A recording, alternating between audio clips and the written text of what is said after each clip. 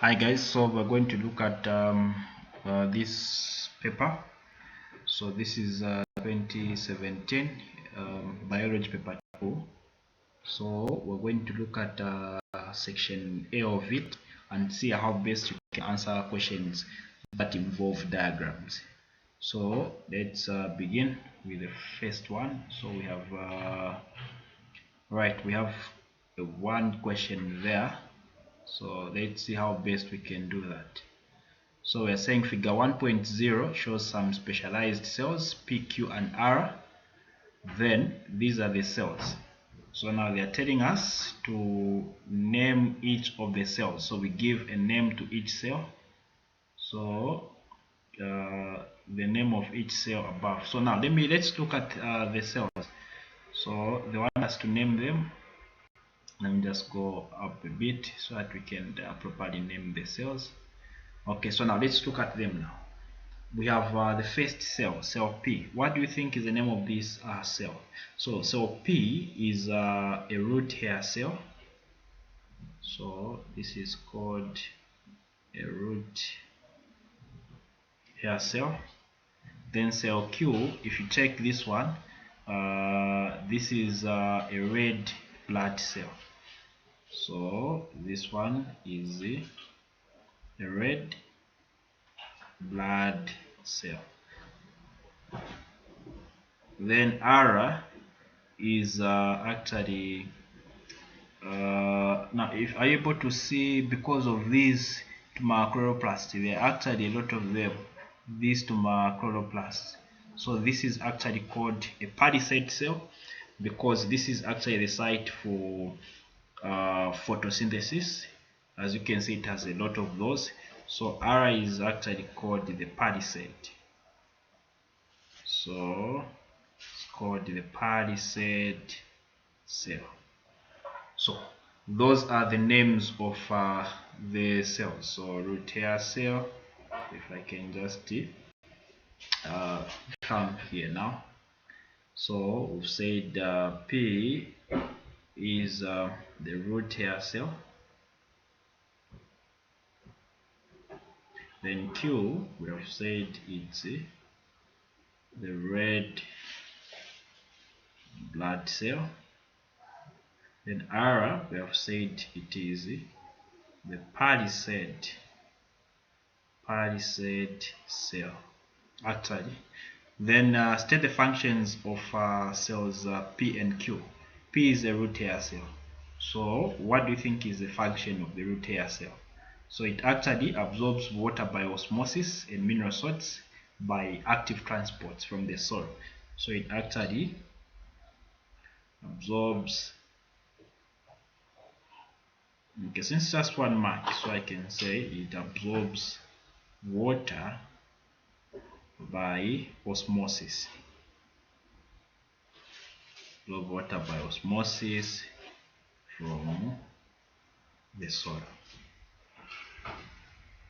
Yes, so that's a function of the root hair cell, but it is also responsible to absorb mineral salts by active transport. But we're looking at the number of marks given, so we can just leave that one. Okay, function of cell Q. So cell Q said it's a red blood cell, and you know the function of the red blood cell is to transport oxygen from the lungs to the site of reaction. So to transport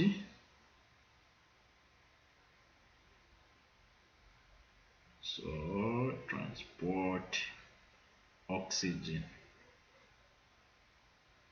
Transport oxygen. So that's the function of the red blood cell. So to transport oxygen, we can say from the lungs to the site of reaction. So from lungs to site of reaction.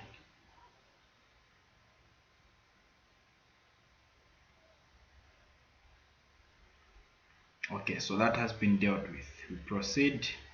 We look at the other question. Roman numeral 2. explain the adaptations of cells P and Q to their function. So in short, what is making them to perform those functions? P, we said it was a root hair cell. As you can see, a root hair cell, it has what we call an elongated outgrowth. So cell P, so this one, it has an elongated,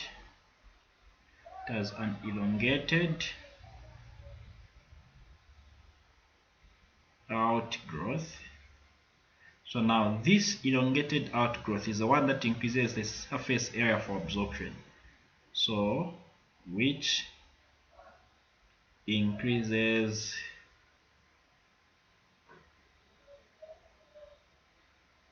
surface area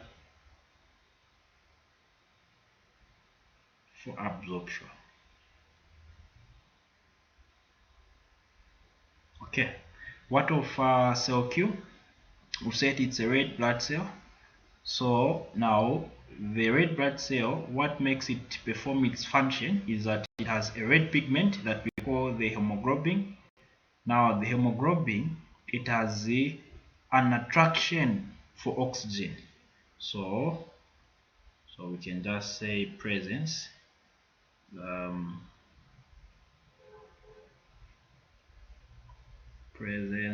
of a red pigment.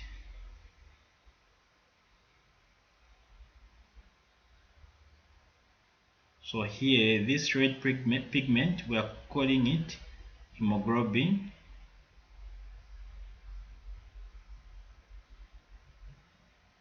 And actually this hemoglobin, so it's the one now that is going to attract the oxygen. So now we're saying this hemoglobin, which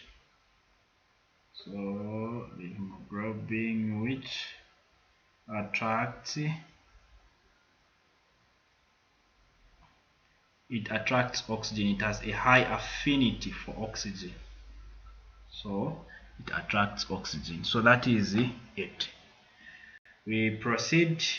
We look at the other one. Where is the leaf? Where is the leaf in cell R located? Where is the? Okay, let me just check out cell R and see where this question is actually coming from. So let's check out cell R. So this is cell R.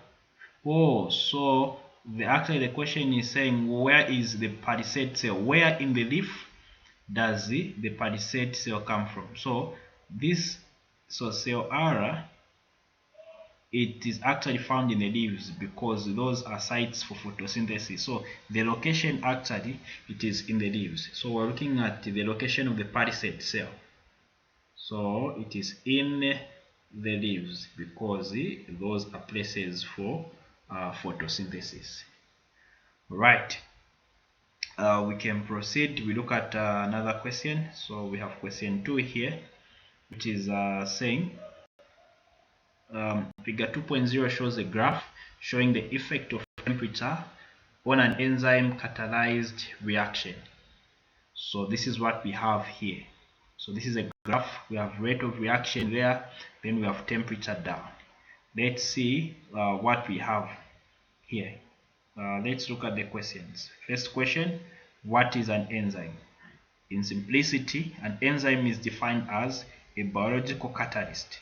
So an enzyme is a biological catalyst. So an enzyme is a biological catalyst. Now, what does a catalyst do? So it speeds up the metabolic reaction without itself being used up. So that is what it does.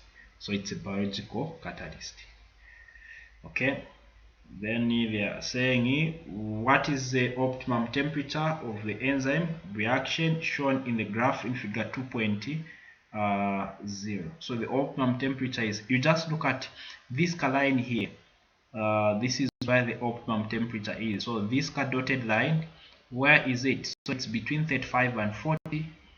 So what is between 35 and 40? So I would say somewhere there, somewhere 36.5 to 37. So I'll just say 37 degrees Celsius.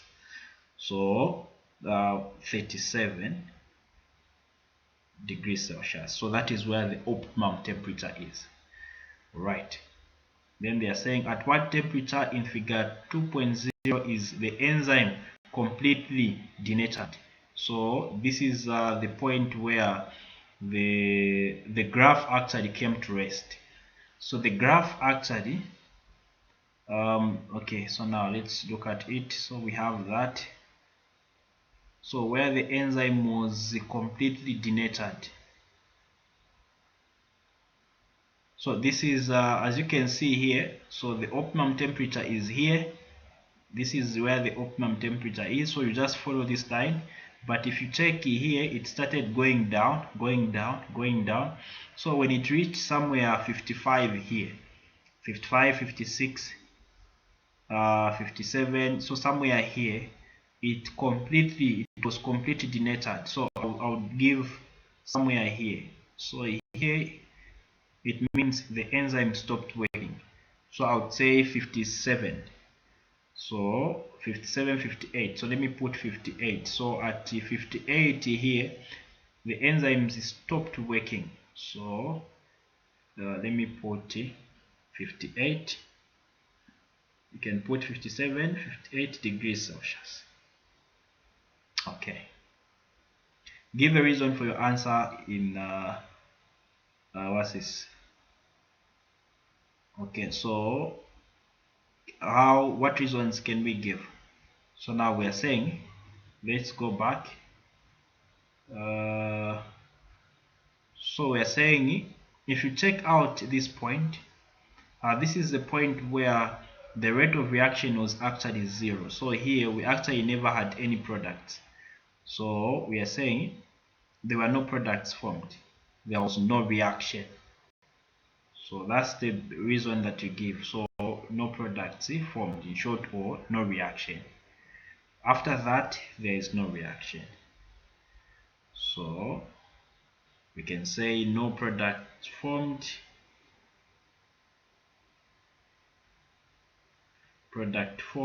or we can say there was no reaction after that. Okay, so we can leave that one. Then explain why it is important to measure the temperature, the body temperature, when a person is sick. Why is it important to measure the body temperature when a person is sick? Now, this is because most of the diseases are characterized by a temperature change, right? So now, in most cases, you'd find that if the treatment is working, doctors would actually tell by looking at the temperature. So if there are any changes in temperature, that's when they would actually tell. So for instance, if a person is under medication and the temperature keeps on rising and rising, then doctors would know to say this medication is not working, because the temperature, instead of the temperature dropping, the temperature keeps on rising. So now it's very important. So we are saying so we are just going to say because, okay, some diseases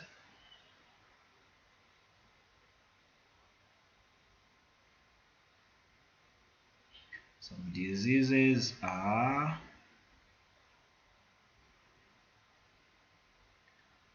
characterized. So we're saying some diseases are characterized by body temperature change.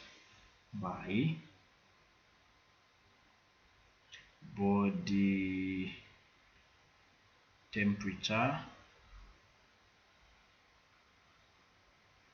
So for instance, we are saying if you were to feel the temperature, not even measure, to just feel the temperature of someone, and if the temperature is very high, you'd actually suspect certain illnesses. Like you can say that maybe the person has malaria or anything. But so we're saying temperature is important because certain illnesses are characterized by a change in body temperature. Right.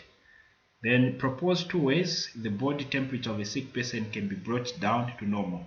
So if someone is sick, then what can be done? So suppose the temperature of the person is low or very high. So someone who is having a high temperature, how can that be put to normal? So one of the ways is you can put the person on the drip.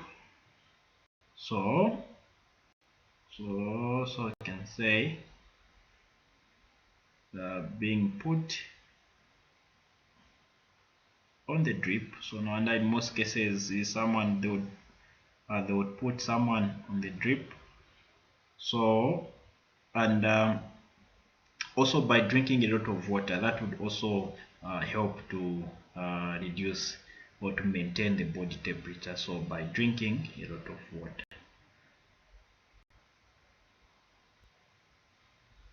So most of the sick people, they've got an increase in temperature compared to the normal one. So by drinking a lot of water.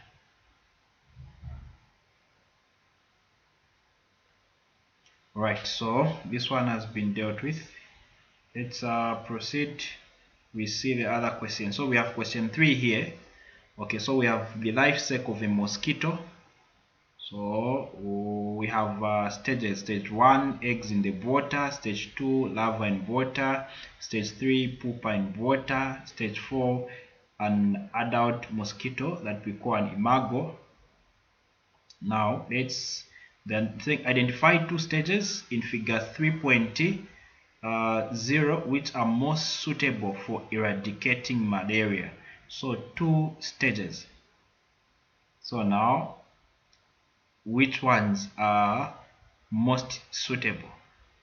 So for eradicating that, right? So look at the stages from stage 1 to 4. Which stages do you think will be most suitable?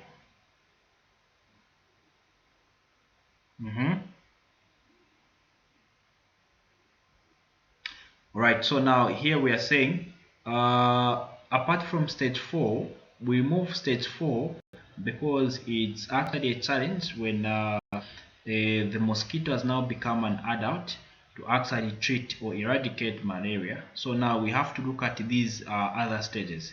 So now we look at the stage 3, stage 2, stage 1.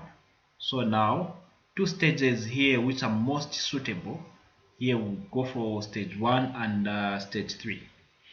So when we just have maybe eggs in the water and when the pupa is in the water, when it has not yet started flying as a mosquito, so we can look at those stages.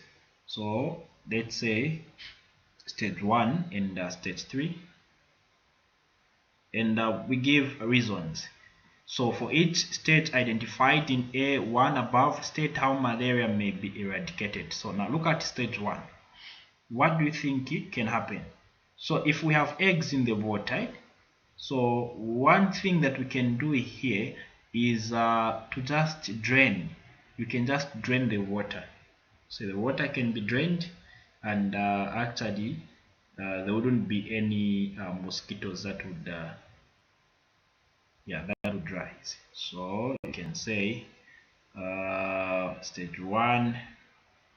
So we are saying by draining the water. So by draining the water. Then what of stage 3? So stage 3, we can look at stage 3 either by spraying the stagnant water with insecticides, or we can use oil. So by applying oil, so we can use oil or spraying insecticides.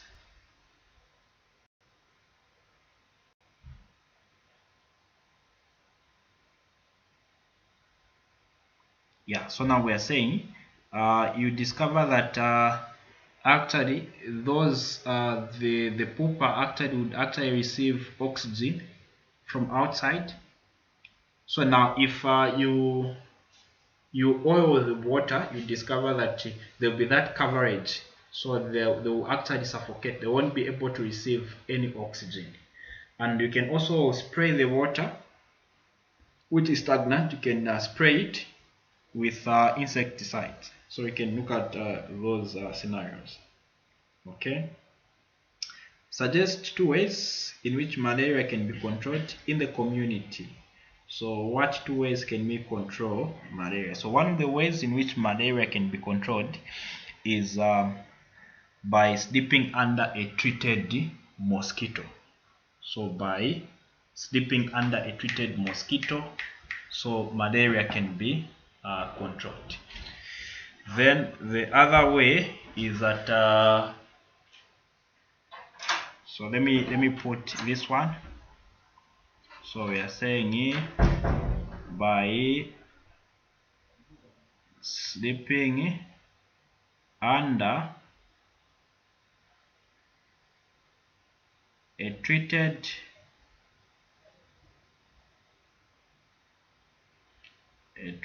mosquito net. So mosquito net.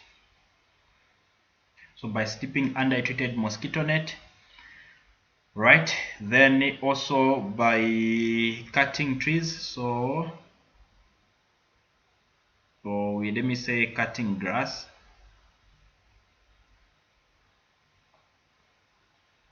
So we can also encourage cutting tall grass, so such that they won't have any breeding spaces. So by sleeping under a treated mosquito net and also by cutting grass. So those are 2 ways that can be done to encourage to help control the spread of malaria in the community. Right. So it's very important. Then we proceed into looking at another question here. So we look at part B and see what we're supposed to find. So let's see. So part B, what term is given to the mosquito based on its role in the transmission of malaria pathogen? So what term is given to that? So now the term that is actually given to that is called biological vector. So we actually call that one as biological vector. Right, so that is a term that we put to refer to that. So what term is given to the mosquito based on its role in the transmission of malaria pathogen? So the term is called biological vector. Right. So now we look at the other questions. So we have question C1 and question C2. So C1, they want us to define what a pathogen is. So we are saying define a pathogen. How can we define a pathogen? So a pathogen is actually a disease causing organism. So we are saying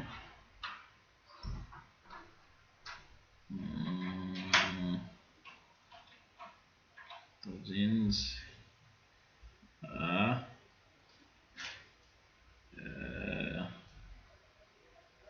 disease, right? Disease causing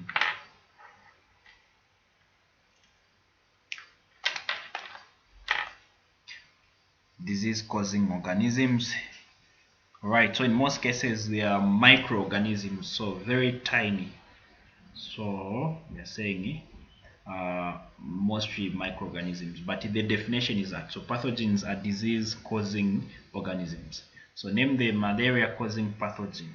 So the pathogen that causes malaria is called the plasmodium. So it is called the plasmodium.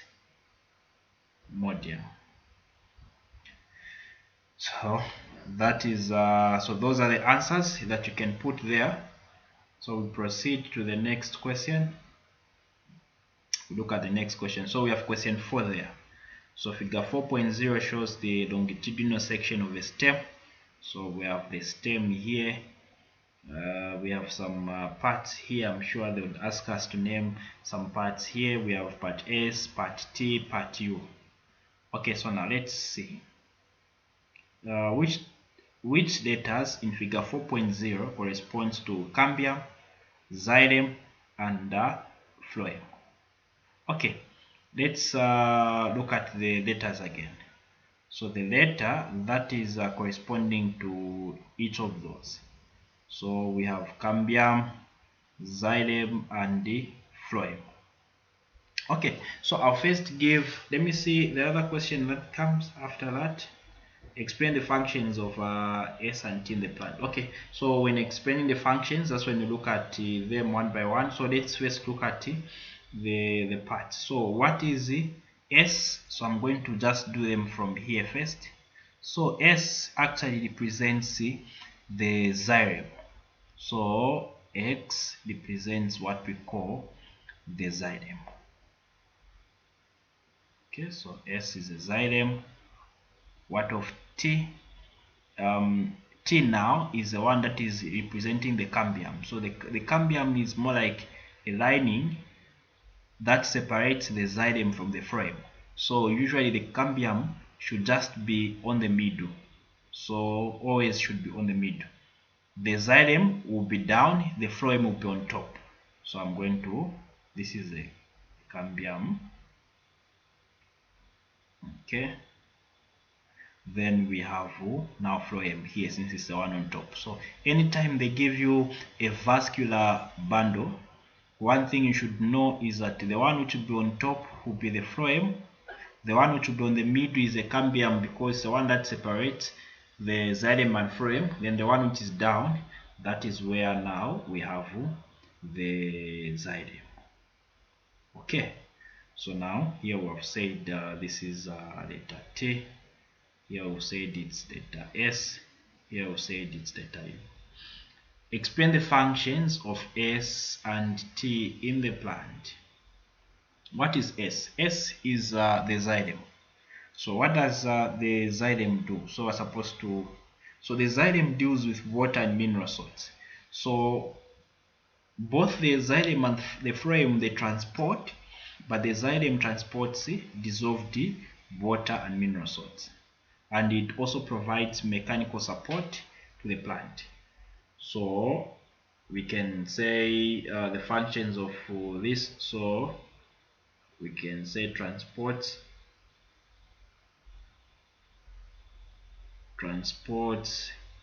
water and mineral salts.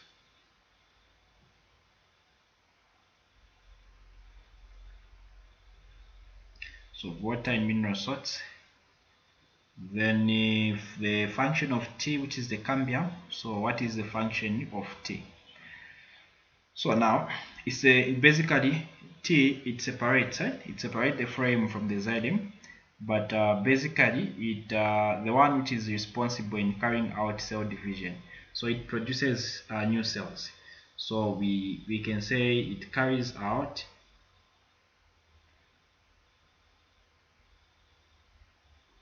cell division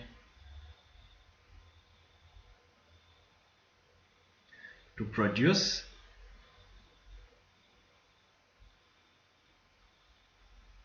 new cells. So that is now where we can now say we have what we call secondary phloem and secondary xylem. So we have, so no wonder it's there to divide. So that is the function of that. Okay, so we're going to proceed. Look at the other question. Which data corresponds to the structure which needs companion cells to function properly? So which data corresponds to the structure which needs companion cells to function properly? So the one that needs companion cells is the phloem. And the phloem, listen, we've looked at the xylem and the cambium. The xylem, which is S, the cambium, which is T. So automatically the phloem is U. So here the phloem is U. So the phloem is the one that needs the companion cells to function properly. Okay, which data in figure 4.0 corresponds to a structure in which substances can either move up or down? So again, in here we're looking at the phloem again. Yes, because there is a process that we call translocation. So translocation is a movement of substances, right? So now we are saying the phloem is responsible to transport food substances. So we have mineral ions and other substances. So through the process that we call translocation. So they move up or down, so to the desired site. So it is also U. So it is also the phloem. Right, so that has been tackled. We can proceed. We look at another question now. So I believe, okay, so this is the last question in section A. So it's a question on genetics. And the question reads, Mrs. Mumba delivered a baby girl in a certain hospital. Mrs. Mumba has blood group O, and the father to the girl has blood group AB. Mrs. Mumba sues the hospital for giving her a wrong baby whose blood group was O. Explain using a genetic diagram why Mrs. Mumba would win or lose the case. So now we need to find out whether she's going to win or lose the case. So now a genetic diagram is going to help us do that. So let's start. So what we're going to do first is we have the parents here. So we'll look at the parent. So let's start parents. So parents, we have Mrs. Mumba and Mr. Mumba. So those are the parents that we have. So I can say Mr. Mumba.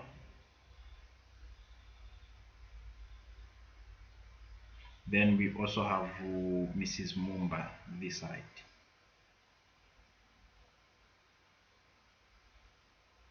Alright, so from there now we look at the phenotypes. So I look at the phenotype. Phenotype of the parent. So is that Mr. Mumba, we've been taught to say Mr. who is the father. He has blood group AB. So blood group AB. So I'm going to represent it like that. So this is blood group AB. Then Mrs. Mumba's got blood group O.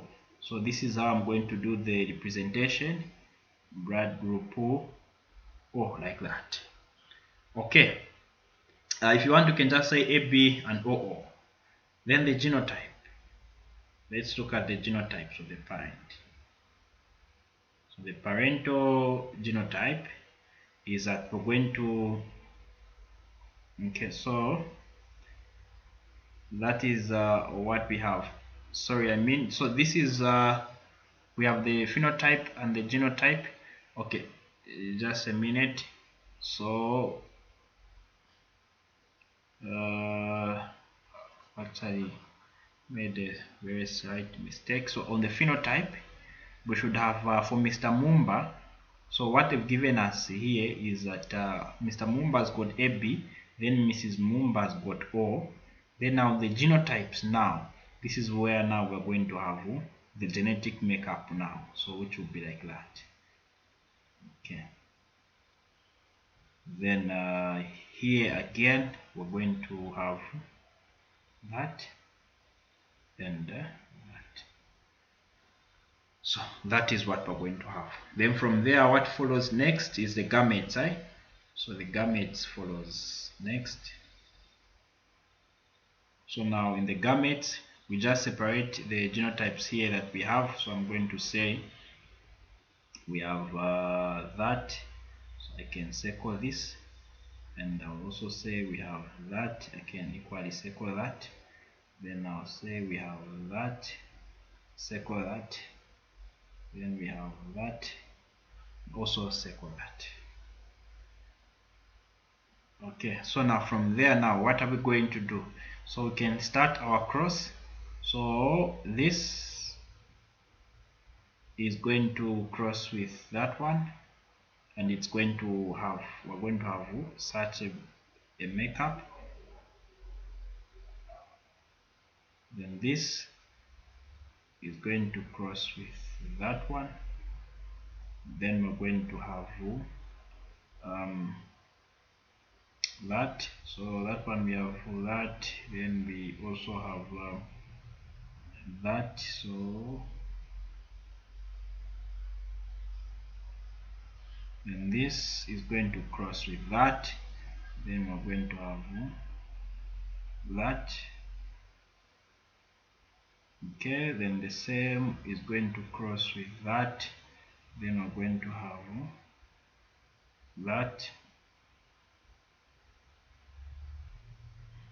So that is what we're going to have. So what we have here is the F1 generation. So let me say this is the genotypes of the offspring. So this is the genotype of the offspring. Then what is the phenotype? So let's look at the phenotype. Phenotype now here we're looking at the blood group. Is it blood group O? Is it blood group what? So now here we have, this is just blood group A. Here again it's blood group A. Here we have just blood group B. Here this is blood group B. Now if you check here, you're going to discover that we don't have anywhere we don't have any blood group O here. So the blood group is just AA. There's blood group A or blood group B. So meaning Mrs. Mumba actually would win the case. Why? Because if we look at the generation here, the phenotype of the offsprings, we don't have any blood group O. So Mrs. Mumba would actually win. So here, conclusion you'd put is would say Mrs. Mumba would win. So she would win the case. Why? So we're simply saying because no offspring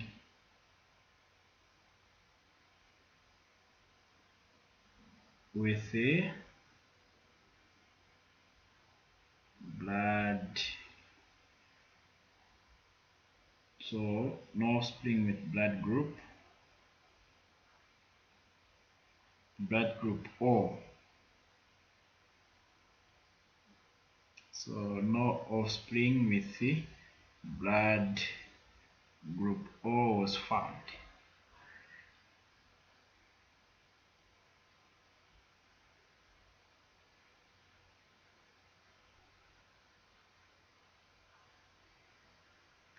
So here you've noticed that after we've done our cross, we don't have any offspring that has the blood group O.